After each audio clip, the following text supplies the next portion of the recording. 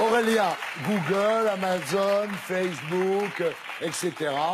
Comment on peut leur piquer le pognon? Parce que les mecs, ils le renvoient en Amérique. Non, mais bien sûr qu'il faut une taxe sur les GAFA. C'est une position que la France défend. C'est une position que Emmanuel Macron et Bruno Le Maire défendent. Oui, d'accord. Après, il faut quand même qu'on arrive. Par définition, c'est une taxe qui serait prise au niveau européen. Donc, il faut quand même qu'on arrive à se mettre d'accord. Donc, pourquoi pas engager si c'est au niveau européen, on n'y arrivera jamais. Mais pourquoi pas engager un bras de fer avec l'Allemagne là-dessus? Moi, je veux bien. Il y a plein de choses à discuter avec l'Allemagne en ce moment. Ils ont fait un certain nombre de propositions. Ils ont fait un certain nombre de propositions, les Allemands, par exemple, pour dire on ira avec vous sur ces sujets-là et sur le budget de la zone euro. Si, par exemple, la France laisse son siège au Conseil de sécurité de l'Union européenne, moi, je suis totalement pour. Moi, je suis pour qu'on transfère la souveraineté de la France au niveau européen. Vous êtes en train de nous expliquer qu'on va construire cette souveraineté en disant aux Allemands on va aller encore plus loin dans votre politique d'orthodoxie budgétaire coincée.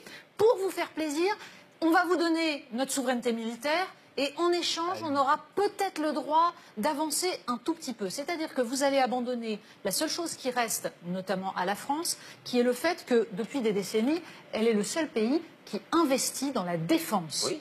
Et cet investissement dans la défense, il aurait dû être sorti des 3% du budget. Parce que nous œuvrons pour le reste de l'Europe. Oui, c'est ça, on fait la guerre à la place des Allemands. Voilà. Bah oui. On fait la guerre à la place des Allemands. Du coup, on paye, nous, pour avoir une armée, ça coûte très cher, qui se tiennent à peu près pour avoir un minimum d'indépendance. Et vous êtes en train de nous dire, en plus, on va se défaire de ça. Donc il nous reste quoi? Rien pour décider de notre destin. Parce qu'on a mal géré. La souveraineté, ça veut dire de décider de son destin.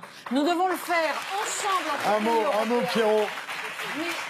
Un mot, Lucia. Merci, Natacha. C'est une question, parce que vous avez dit, Aurélien Taché, quelque chose qui m'a fait réagir et qui revient un peu sur ce que vient de dire Natacha à l'instant.